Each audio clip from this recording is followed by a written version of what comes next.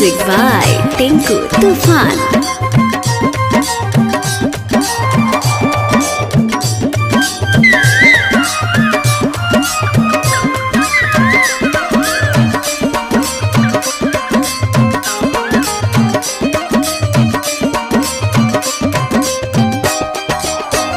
लागता लूह बाटे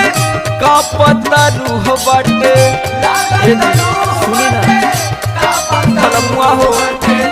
लागता लूह बाटे कापता रूह बाटे भोर से करिया भइल राजा जी मुँह बाटे बकिए के को असरा पुरैता और अमहवा के चटनी चटैता तबे राजा गेहूं कटवैता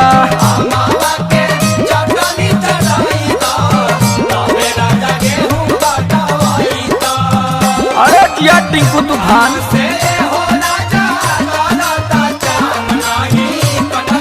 चपले रहा अरे जिया से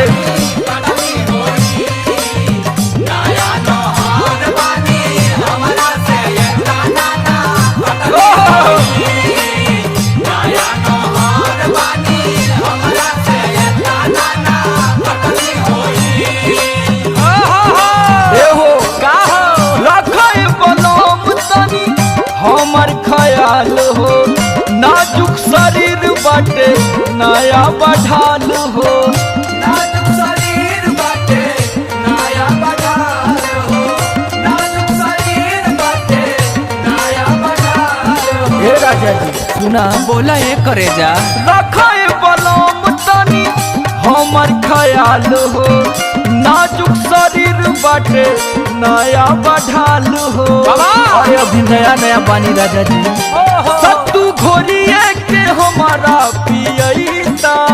पिला दो अरे अमहवा के चटनी चटैता तबे पिया गेहूं कटवैता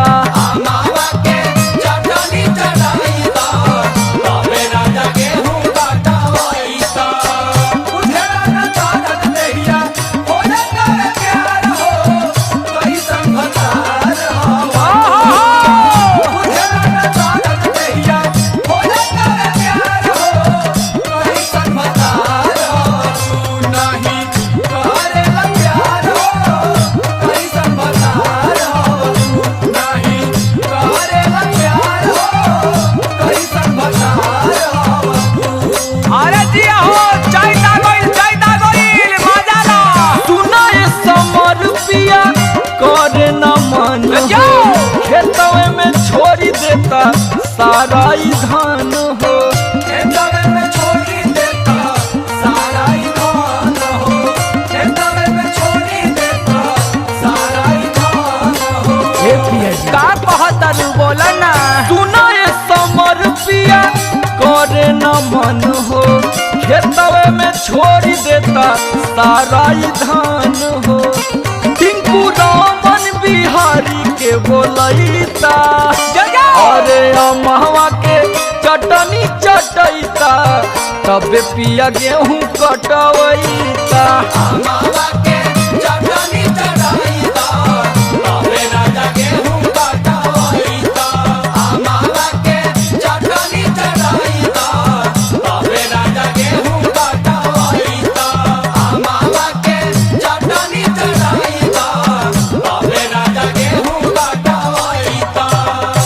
चटनी चाट लो चलो गेहूं काट लो।